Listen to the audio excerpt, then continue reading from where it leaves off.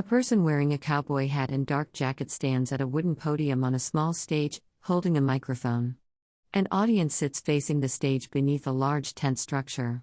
American and other flags are visible behind the podium. Everyone, welcome to the Chord Skirming 2, Lieutenant Voices. If you folks could, this program does get filled up because the program about to hear is very good. If you don't mind, there's a space seat in between you to sit close together if you can, just so we can get more people in here during the program. I would appreciate that. For those of you who are not familiar with us, we are a traveling exhibit. We've been traveling the Lewis Clark Trail since January of 2003, and we finally made our way westward to the Pacific Ocean, and we'll be doing the return trip again next year back to St. Louis like Lewis and Clark did 200 years ago. Well, 200 years ago on the expedition, Captain Clark brought along his slave York, and today York is here to tell his side of the story, to be told for the first time. So please help me welcome York.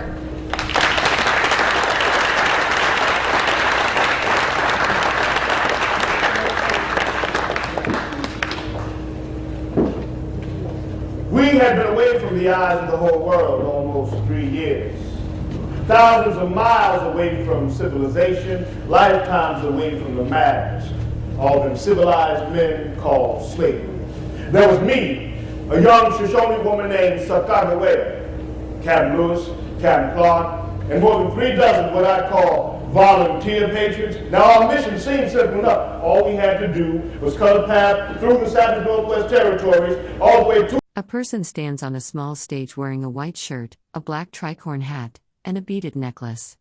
They hold a wooden staff and gesture with their raised arm against a blue background. The Pacific Ocean, crossed 4,000 miles of the highest mountains and fastest rivers any American had ever seen before. President Thomas Jefferson called us his Corps of Discovery. And every day we live is the day we all prepare to die. Just on the word of the President, we left St. Louis, a small army of men. 3 years later, we returned more like a band of brothers. Not one day went by that every man wasn't tested past his limits. Only way you survive that kind of pain, if every man willing to give what the one beside him need to stay alive. Well, when had set in hard on us, talk around camp was if our luck didn't change, we might be looking at starvation soon. One day, Captain Lewis called me up and says, "Yo, want you to go out there, try your gift for hunting, see what relief you can bring to us." Now, I took that request more like an order. Gathered up my rifle and started out early. Only been gone about an hour or so before I come across some fresh tracks. Looked kind of like bear tracks to me. Now, I don't know how many of y'all have tried to bring down a bear before. So let me just tell you, anything a man goes to with half a heart, anything a man goes to with a whole mind either. A person wearing a white garment with a beaded necklace and black hat holds a long wooden pole while standing against a blue background. Their shadow is visible behind them. He asked me, but we was desperate. I was determined to show Captain Lewis that his faith in me was well placed. I figured, since the wind was blowing in my face, been doing so all morning, I might follow these tracks out of the ways without little big, but knowing I was coming, and if I was to catch up to him, we'd have to see what was what. So I followed them tracks out a mile or so, come over the hill, and there he was, way off in the distance. Now that was a slow-moving giant of a bear. But by that time, I'd already made up my mind. And folks that know will tell you, once your make up his mind, there ain't nothing in this world set to change it. So I found a good-sized tree, laid out my shot and powder, and I showed him a rifle. I was adjusting for the long range of the shot. About to pull up a little more to account for the wind been blowing in my face all morning. About that time, I realized the wind wasn't blowing in my face no more. Mostly, kind of that old bear throwing his nose in the air, letting out a growl, shook the tree right beside me. I knew my time for thinking was done. Boom! That first shot fell between the shoulders, and that old bear let out a growl, spit on his hind and come charging back at me all falls in the face. So I ducked back behind the tree, started the praying the whole time, and I made my first mistake with the rifle right there. I was pretty sure it was going to be my last mistake with that rifle. It seemed like it took me about an hour to get. A person wearing a white shirt and dark hat stands in profile against a blue screen displaying large faces. They appear to be speaking, with their body angled toward the right side of the frame. The next shot, the whole time I think the bear must be breathing right down the back of my neck and I can't hear nothing because my heart is beating so fast and loud, it sounds like drums pounding in my ears. Somehow, I got that next shot loaded. Now coming out of the tree, I was pulling the trigger before I even sighted up. That second shot hit him in the arm. It didn't even slow him down. And I knew there wasn't going to be a third shot. So I loaded my rifle, stepped down the smoke to the right side of the tree, and I pulled my axe and my knife, and I waited for him. See, I waited because it don't make no sense. A man trying to outrun a wounded, angry bear. All that's going to do, get you cut up from behind. The way I see it, my best chance. Maybe my only chance is to stand my ground and face him like a man. So I waited for him. Said a quick prayer for my wife and family back in Louisville. I said a couple longer prayers for myself, mind you. Then I waited. Boom, boom! About that time, a dope report came from my left side. It turns out Captain Clark sent a couple boys to check on my success, and I was so glad he did. Both shots caught that old bear square in the chest. And by that time, it must have been nothing but pain and rage pumping through that great big body of his. That finally gave out on him less than 10 paces where I stood waiting. I took a second to gather my wits. Thank them boys for their good timing, thank them for their better shooting. And we set the skin at your clean as much of that bear as we could, as fast as we could, because with all that smoke and noise, with all that blood, see, we knew the wolves was coming. And that's the last place a man wants to be when the wolves come. So we packed as much meat as we could carry and headed back to camp. Arrived like conquering heroes. That night, we feasted like kings. And the laughter that had been absent from our fires for weeks. A person stands against a blue-gray background wearing a cream-colored cape with lace trim and a black feathered ornament at the neckline, paired with a black wide-brimmed hat. They gaze to the side. Slowly returned. As hard, cold men began to speak more fondly of home, of families, their dreams. And that night, thousands of miles away from this civilization, on hard, cold ground, I slept the sleep of the dead. Dreamed of my wife and family back in Louisville. Prayed to God, please, why don't you just let me see her face one more time with these old eyes of mine before you decide to tear me out of this here world of yours.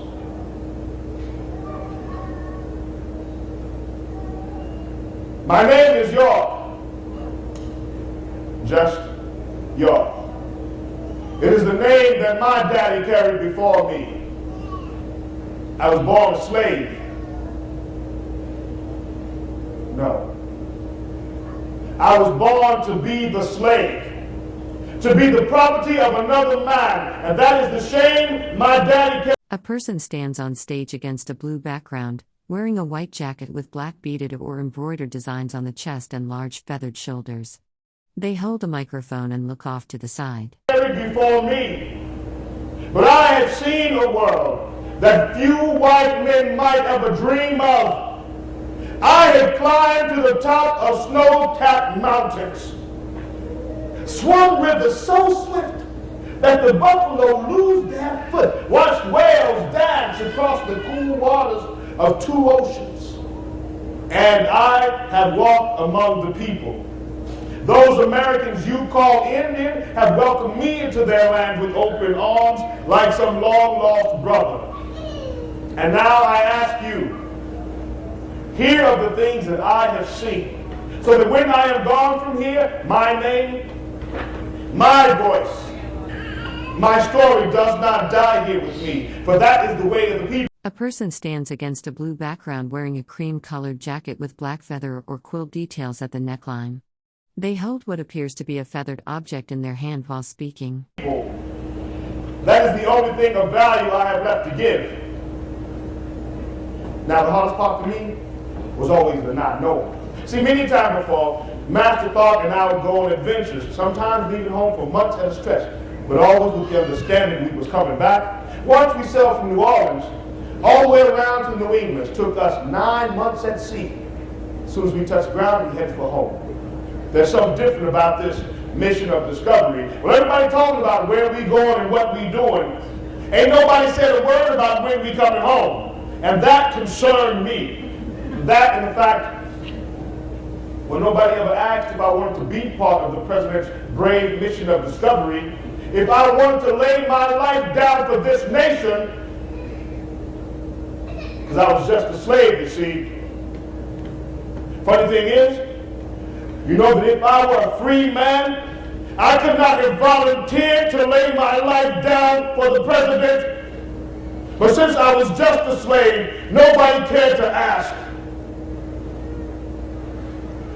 But once we crossed over the Missouri River, but for me, it was like crossing over the River Jordan. Found myself the other side, a changed man. See, the Indians we met, many had seen or at least heard of a white man before, but they ain't never seen nobody like me. Started to give me names like Black Indian or Big Medicine. Some even said that I was a gift straight from God. You know, I kind of like the way the Indians was thinking out there. Now, we set our second winter camp at the Mandan village. Called it Fort Mandan. So we met Sacagawea and her husband, Shoshone. Now, I called him her husband, but we all heard how this Indian girl stole from her family when she was young. How this old Frenchman, Shoshone, bought her in trade from the Hidatsa Indians, then decided to make her his wife. And maybe that's why we so close, me and her. Kind of, she's the only one out there know like I know what it means to be called the property of another man. She was great with child and everything. Give birth to little Pompey over the winter. Now, I sit outside the lodge, wait for him to come into the world. When I hear him crying, I told Captain Clark, I says, Captain Clark, as long as that girl and that baby with us, we ain't got to worry for him. Whatever it takes to keep him safe, I am prepared to give it, even if it costs me my life. And as sure as I'm standing here today, y'all best believe I kept them safe. Now that winter is also we met old One-Eye, chief of the Hidatsa Indians. Now, he refused to come and visit for a long time. Kind of the Hidatsa Indians had supported the British during that Revolutionary War. Well, I guess we all know how that turned out for him. A person wearing a cream-colored coat with beaded detailing and a black and white beaded necklace stands against a blue background, gesturing while speaking. Anyway, they say that word of the black man finally got to old One-Eye. He couldn't take it no more, had to come see what everybody's been talking about. So he comes to the fort demanding to see me. Well, I stood there in front of him, and the first thing he did was to lick his thumb good and start to rub as hard as he could, thinking he might take the black right off of man. He said he was afraid it might be another trick by the white man, and he had to be sure. But when it didn't come off, well, that's when he started to look at me like the others, like I'm somebody special. And then I did what I always did with a new chief of tribe. I stripped my shirt down bare and I stood there before him with my arms out as far as I could hold them. And I let two, sometimes I let 3 Indian warriors get up in each hand, and then I'd pick them up till all their feet was off the ground, and let me tell you something. Well, they ain't never seen a man that powerful before. Said that a man like that, they said that this black man right here had to be touched by God. And Captain Clark, he was quick to agree with him. He said, sure, you ought to respect a man with that kind of power, he says. But if you respect this man, then you must respect the white man. Because before the white man come along, this York and all his kind, they were nothing but savage animals. And the white man captured him. And the white man tamed him. The white man made him a slave. If you're going to respect that kind of power, then ain't you got to respect the man that can take that power and make it his slave?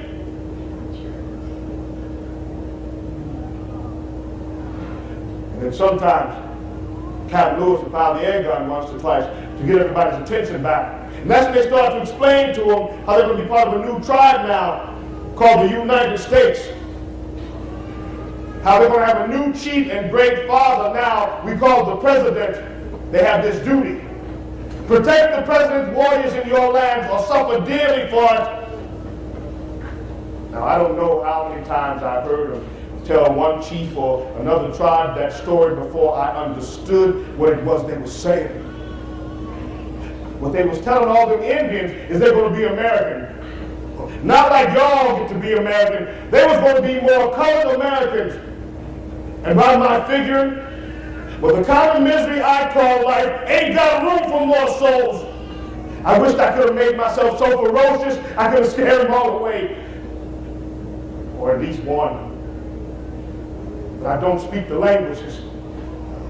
Besides, who was I? Just your slave master, William Clark. A person stands against a blue background wearing a cream-colored jacket with ornate beaded trim and fringe. They hold a dark object in their hands and gaze to the side. So sometimes I just excuse myself from the lodge, go out to the cold night air, and you know what? The little Indian children, they'd always follow right behind. Said they knew that a gift like this couldn't stay with them forever, so they want to be as close as they can until God decides to send them on his way. And sometimes I'd ask God, one day he might forgive this man what he couldn't do for all them innocent children. Well, we stayed with the Mandans, and the geese been flying north about 3 weeks. When the ice started to break on the lakes, the captains agreed it's time for us to make our push for the Rock Mountain. Now the Mandans say any man got hope of making them mountains need 3 things: good supplies, better horses, and a man that knows the way. They say the Shoshone Indians is the best place for all 3, so our mission changed. Before we can go to the mountain, we got to find the Shoshone Indians. We got to find the Snake people. For the next few weeks, moving upriver, we had no contact. And finally, Captain Clark says, maybe a small detail of men working inland from the water have better luck. So he called the names of the 3 that would accompany him.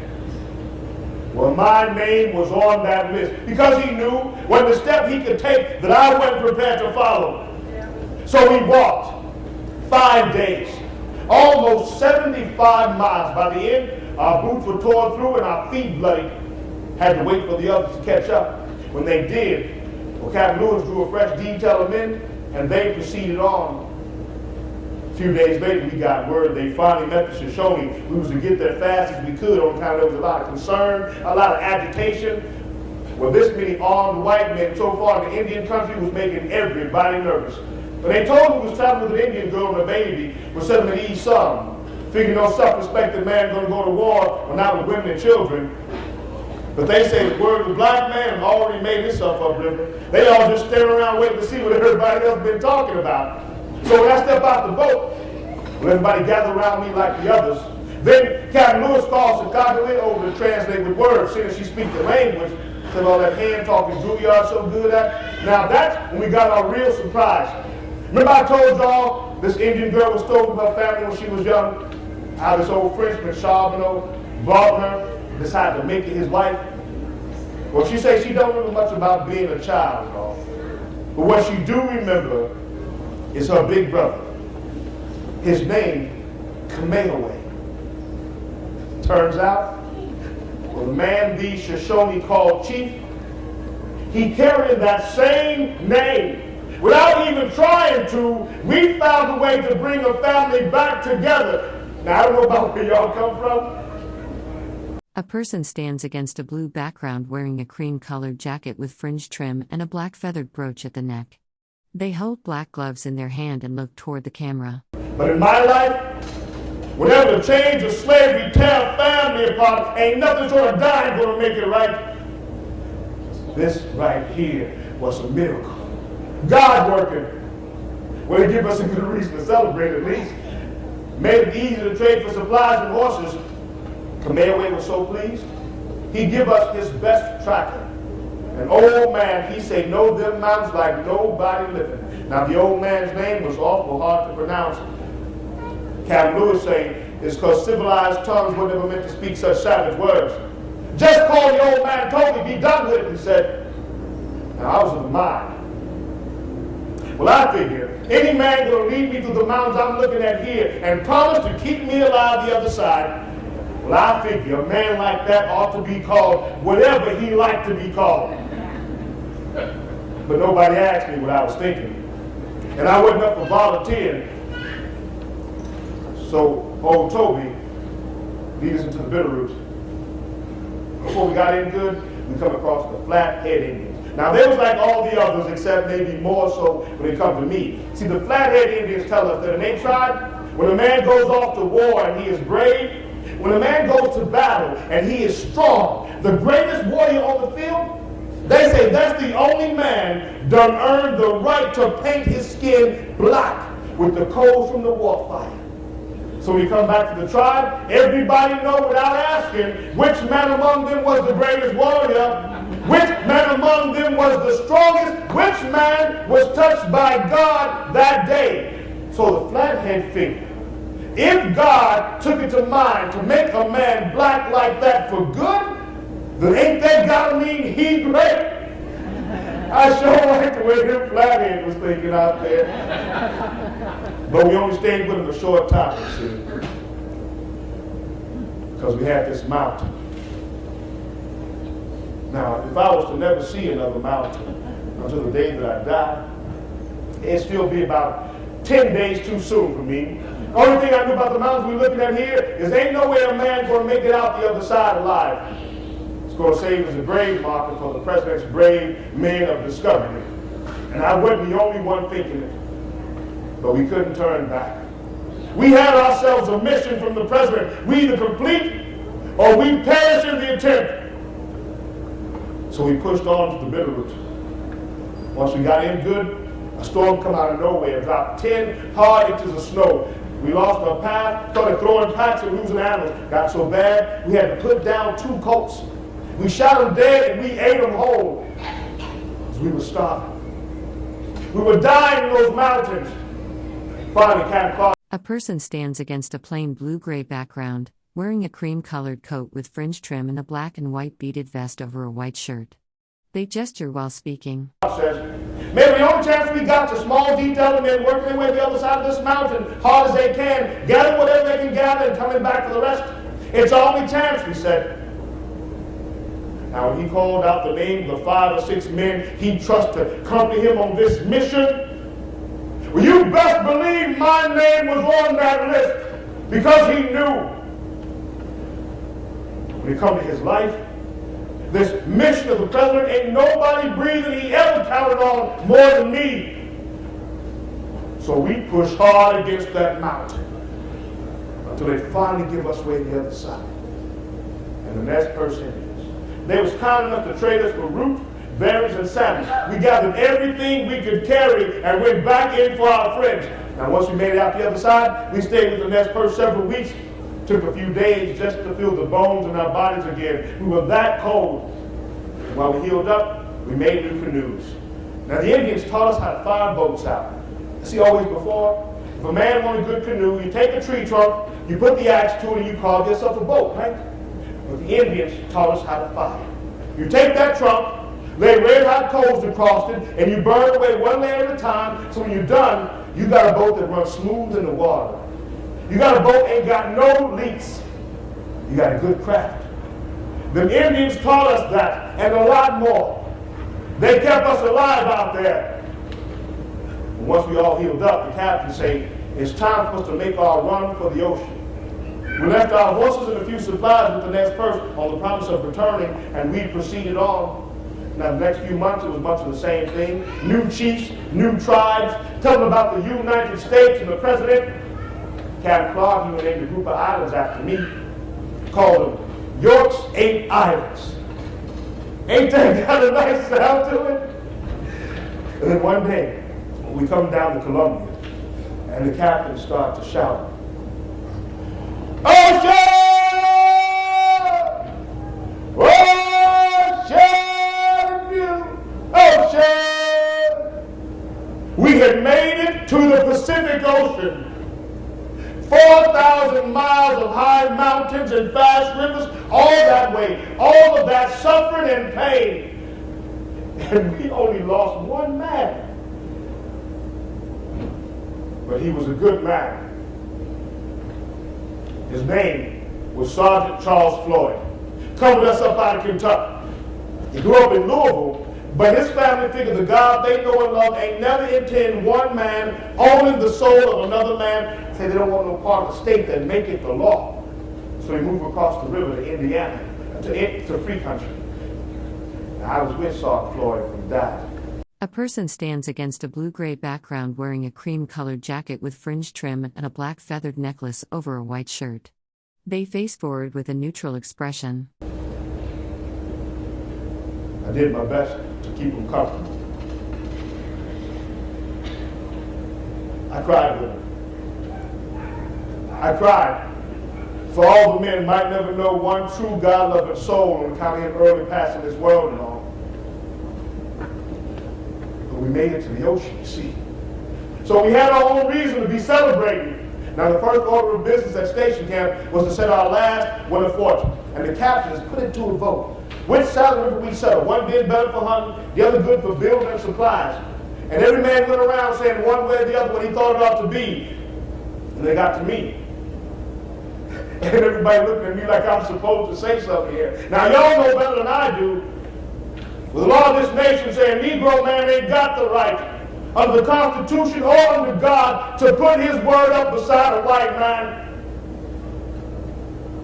But Captain Clark, well, Captain Clark says, it took every man his blood and his sweat and his whole heart to get us this far on the most important mission for a nation, for a president. The way I see it, means every man has earned the right to say where we go from here. Y'all, it's time to put up your word. It's time for you to vote. So I voted. Right there beside all them white men, I put my word up and it counted for something. Now some say, maybe that made me the first Negro man in this whole country to vote legal beside a white man. Don't know if that's true, but I know it felt good. It sure felt right. So we decided to settle the south side of the river, and we set to build in Fort Claxton. Now for the next few weeks, I was putting my back into it. Some days, I was hauling trees as big around as my body all by myself. I wanted to show all of them men how much I deserved that vote. See, I couldn't leave no room for questions. Captain Clark says I was working so hard, I fatigued my body. It was laid up a few days, but I think I made my point clear. Once we set camp, we started making regular journeys down to the ocean. Sometimes just to bring water back to boil down for salt, to have something to put on that awful food we've been eating for 2 years. And then some days, we sit at that water for hours. Y'all ever seen a whale before? Well, have you? The way it moves across the water so smooth you can hardly see him there. They'll bring that body all the way out to see just how great he is before he dives down and disappear altogether. I would sit at that water for hours watching them whales, trying to see in my head what it'd be like if a man had that kind of. A person stands on a stage wearing a cream-colored jacket with fringe trim and an edited front panel. They face the camera with a microphone in front of them, speaking against a gray backdrop with studio lighting visible above. If a man could run as far as he want to run and nobody tell him it's time to come back, or you ain't got a right to be there just because of the color of your skin. You know, I couldn't even see it. What that kind of freedom would look like. One day, Captain Clark come through. He says, y'all, it's about time for us to put our mind back on civilization. Our mission for the president's complete. Our success. We'll be going home soon. Now, them words I've been waiting to hear since before we left St. Louis. Me, the only man out here away from the world, got a wife and family back home. They could have given them up for dead by now. I couldn't wait to get home. One night, Captain Lewis called us all around the fire. A person stands against a blue background wearing a cream-colored puffy jacket with fringe trim and a beaded chest ornament. They appear to be speaking or presenting. So he'd been thinking about what he might tell the president of these United States about his brave men of discovery, about these men that sacrificed more than any patriot ought to volunteer for his nation, about these heroes that made a president's dream come alive. And he started to call out the names, one after the other, like he might present them to the president. And after every name, there'd be a whoop here or a holler over there, because I started up the middle, we was having ourselves a good time. We was having so much fun that I don't think anybody even noticed. I mean, besides me. Maybe they just didn't notice. See, after Captain Lewis finished calling out the name of those brave men sacrificed more than any patriot or the volunteers nation, time he finished listing out the name of them heroes, make a president's dream come alive. Well, my name wasn't on that list, you see. And maybe that's when it comes clear to me what it is Captain Clark been saying all this time. He's saying, York, it's time for us to put our mind back on civilization. He's saying, York, it's time for us to put our mind back on walking 3 steps behind and not looking a white man in the eyes when you pass. York, it's time for you to put your mind back on not speaking, let somebody tell you to speak. It's time for you to put your mind back in change, boy. Because we're going to civilization. Because we're going home. Now, folk ask all the time. They say, if you had it so good out there with the Indians, they would treat you like God and all, then why would a man come back to living like this? Well, I had my reasons. My wife, my family. See, a man can't run away pretending he's free if he ain't got the ones he loves beside him, because that ain't freedom. Besides, I figure all them children need to know what it was I seen. They need to know there's a place in this country, people see you coming, they don't run you off to the corner. They don't spit in your face. Instead, they ask you to come and to sit down right beside them. They ask you to eat the food off of their plate because it means they have been touched by God. I figure, if I didn't tell them, they might never know that they was more than slaves. So I had to come back. Now, the truth be told, I figure it's only a matter of time. Us coming back to civilization, me gaining my own freedom. Before we left on this mission for the president, Master Clark freed Ben. Went on and on about seeing as how servitude for... A person stands at a podium wearing a cream-colored jacket with decorative beaded elements and fringe across the shoulders. They face slightly left, speaking. A flag is visible in the background. Life is against God's will and against the natural order of mankind. I'm giving Ben his freedom for faithful service. Well, Ben's a good boy. He's been with us a while. But not like me. I've been doing Master Clark my whole life. More than 30 years by his side without fail. I figure after the last 3 years we didn't have, all we got to do is make it home. And he's going to make me a free man. So I could not wait to come back. Starting back upriver, we was making such good time like we was walking on water. Every tribe we get to, we trade more horses for boats, the faster we go. By the time we got back to the Nez Perce, Captain Lewis ordered us. Trade everything we don't need to survive, he said. Trade it for root. I don't know if y'all ever had root before. Well, it ain't the best tasting thing in the world. The truth is, it is the worst thing I have ever put in my mouth. And that said a lot after 3 years out there, dog and horse included. But we know that root will keep a man alive.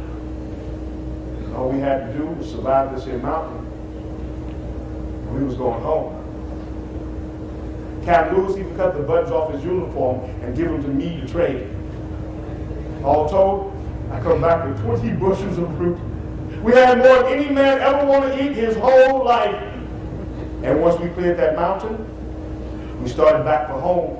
Past the Shoshone and the Eureka, the Mandan, the Hidatsa, the Sioux, all the way back into civilization. We got to St. Louis. Looked like a parade had started up. Folk lined the road as far as I could see. And most of them said they gave us up for dead years ago. For a few days, they stopped me on the street, asked me about the president's mission of discovery, about the Indians we met, the great things we seen. I went back to my duties. I tried to smile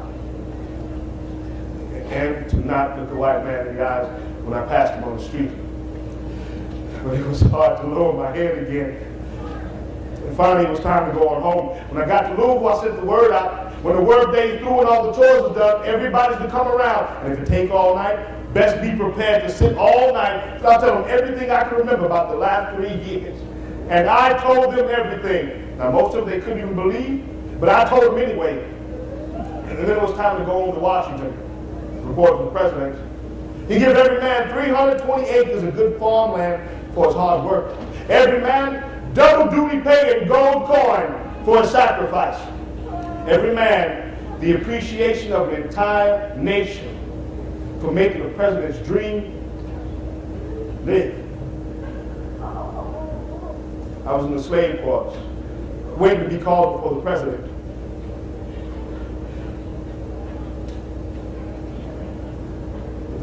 A person stands indoors wearing a cream-colored jacket with a fur-lined collar and a black feathered ornament at the neck.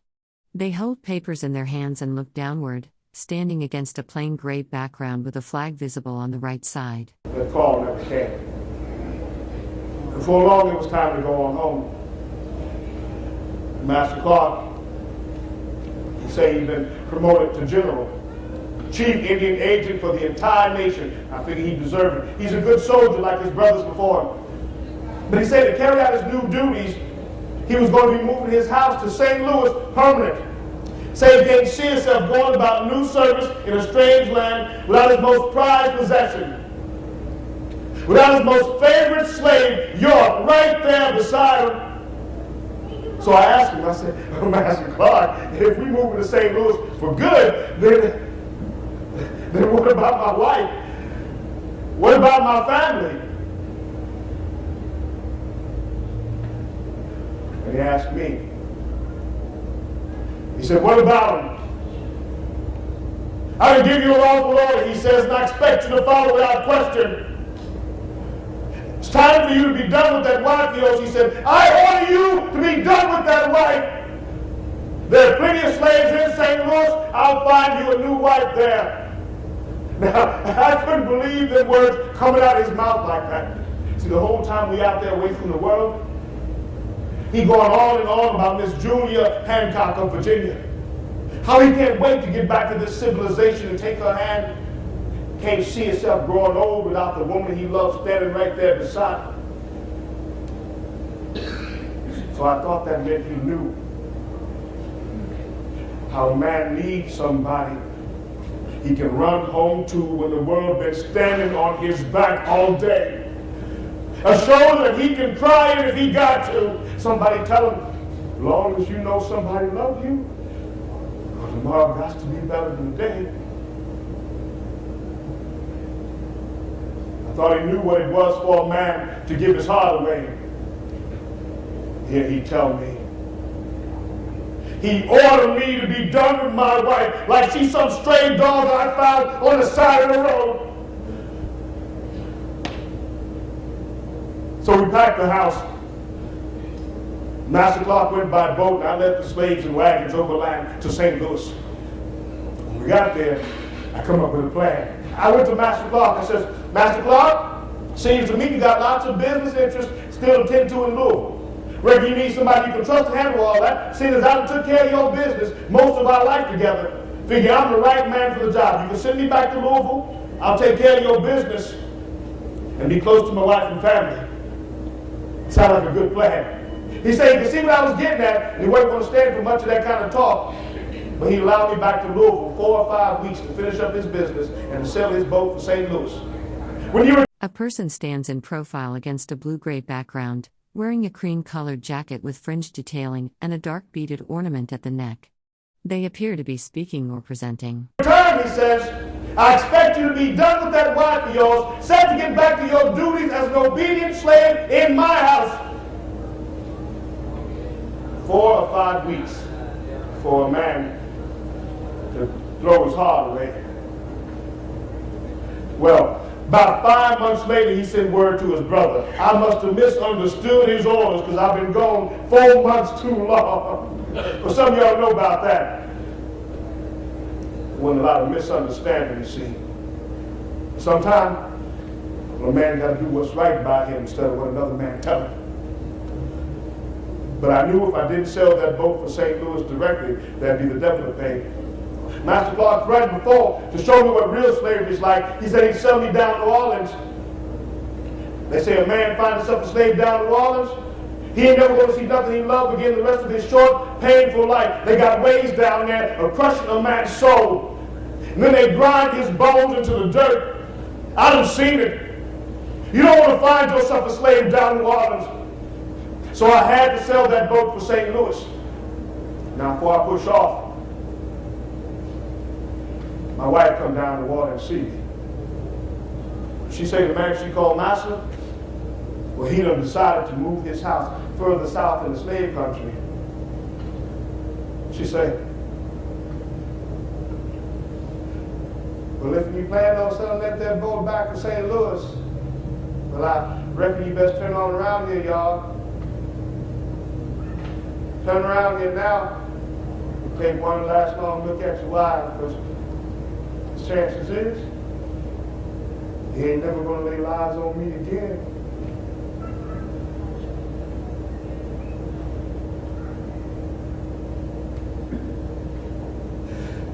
Now them few words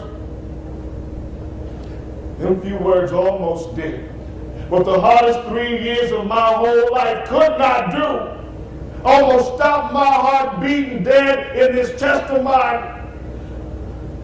But I knew if I did not sail, I was going to lose everything I ever loved. I didn't have a choice here. Slaves don't have choices. So I had to sail for St. Louis. But when I got home,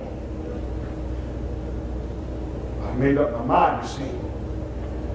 And folks that know tell you, they say once you make up his mind, there ain't nothing in this world set to change it. So I went back to Master Clark. Since we've been together our whole life, more than 30 years by your side, we was little boys, we used to wrestle together, hunt. A person stands against a blue-gray background wearing a cream-colored jacket with decorative fringe and beadwork at the shoulders and chest, paired with black gloves. They are looking off to the side. Fish, ride horses all day long up and down the rivers. When we was older, well, I went about my duties with respect. You ain't never have to question my loyalty to you or your kin. And when you fell down, I picked you up. And when you were sick, I made you better. And if somebody was to threaten your life, don't you know that I would kill a man with my bare hands? Or I would lay my own life down just to see you safe. And for 3 years, me and you, we stood side by side against the whole world out there. And I did get 1 acre of good farmland for it. And nobody dropped a gold coin into my pocket. And President Jefferson, he don't even know my name. Master Clark, Billy, the way I see it, you're the onlyest man in the whole world got the power to give me what I need most right now. You could make me a free man, Billy. You could save my family.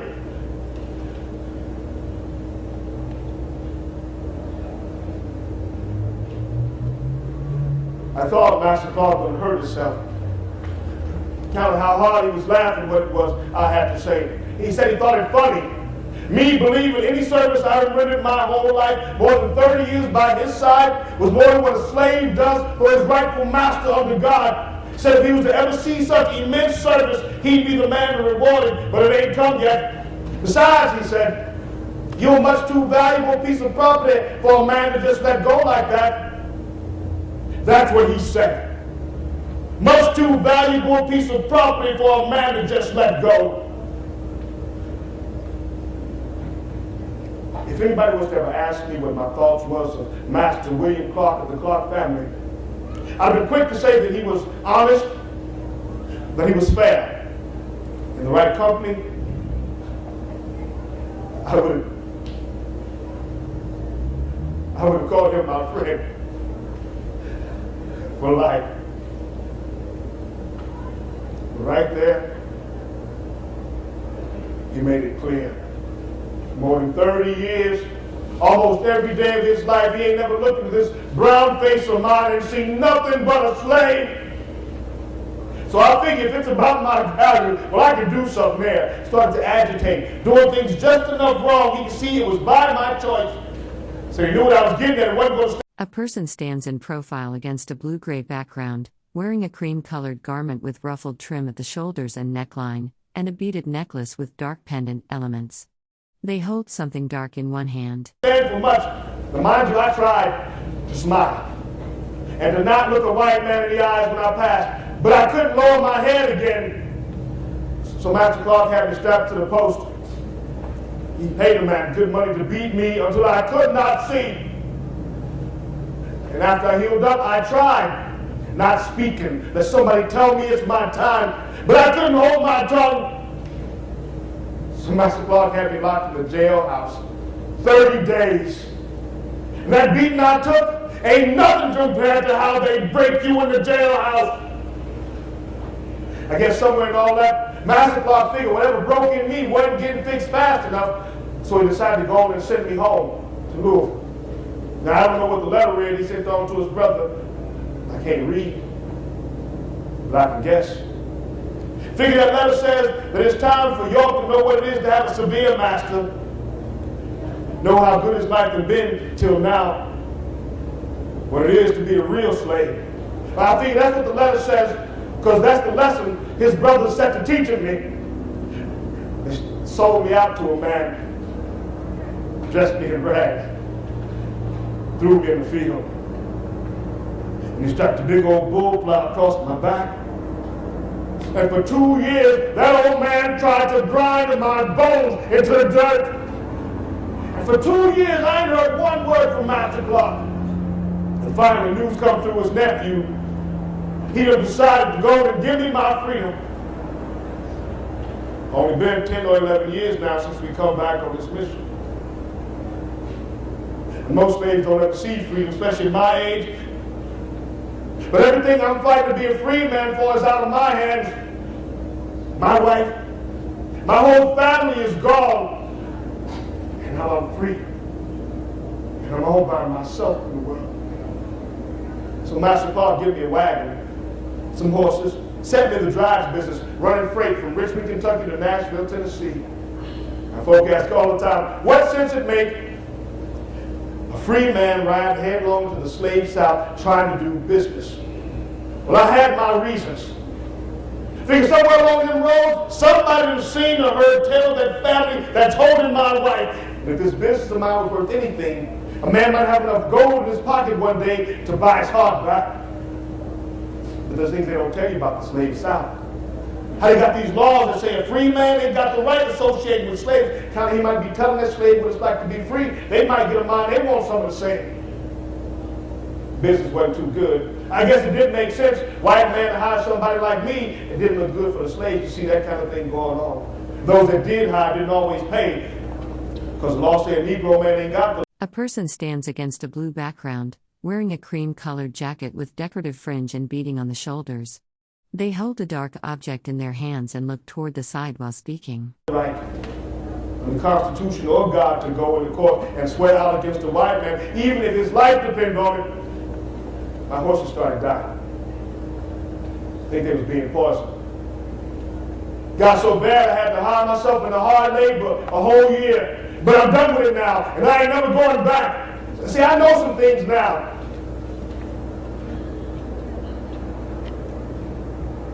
I know now that I ain't never going to see my wife again. Except every night when I close my eyes, and she's right there telling me, as long as you know somebody loves you, y'all, but mine got to be better than the day. But I am not ready to die yet. And I know now that a man can't live like this.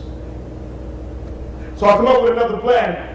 I figured if I can make it up to the Missouri and out to Indian country, things would be different. Somewhere out there, maybe a man could walk down the road, people ask him to stop a while. But children ask you to throw them into the air and catch them with your strong hands because it means they have been touched by God. Maybe somewhere out there, a man could live, a man could die like a man, and I aim to find that place, or I expect to perish in the attempt. Now, before I go, I was hoping maybe y'all could do me a favor. If you're of the mind, way I see it, one day somebody might ask you what you know of Captain Lewis and Captain Clark, of the President's brave mission of discovery, and you could tell them that you know a man with skin as dark as night, that you know a black man who walked stride for stride, who suffered pain for pain with the greatest heroes this nation might ever know. You tell them that my name. A person stands on a stage wearing a cream-colored coat with a large collar and a beaded necklace, holding a wooden staff in one hand and a black hat in the other. A flag is visible to the right. Is York. Just York.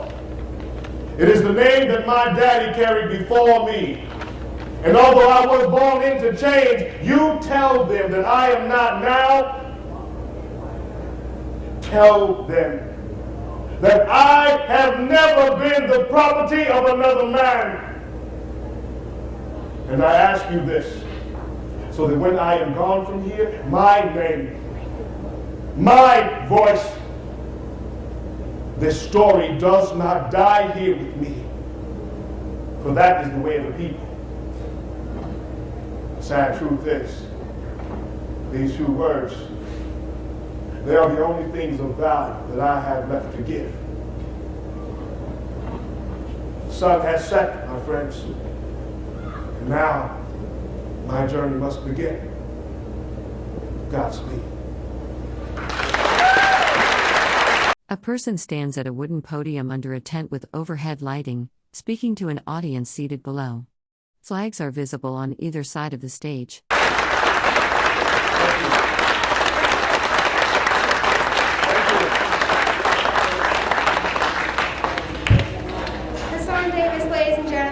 He will be speaking again tomorrow at 1 o'clock if you have friends or family that think.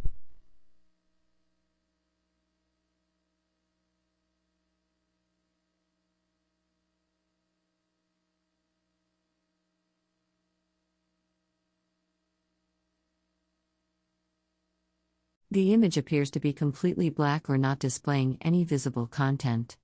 No people, setting, or objects can be discerned from this frame.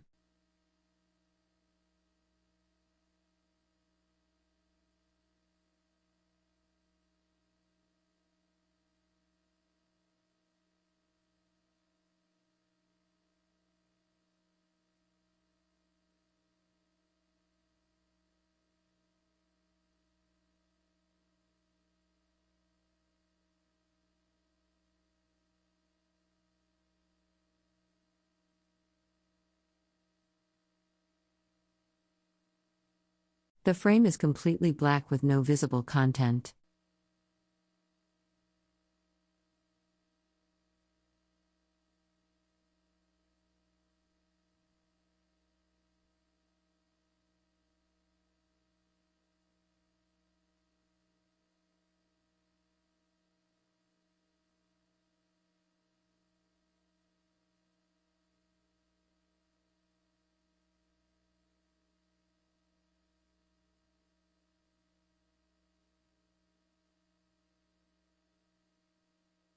The image is entirely black with no visible content, figures, text, or setting details discernible.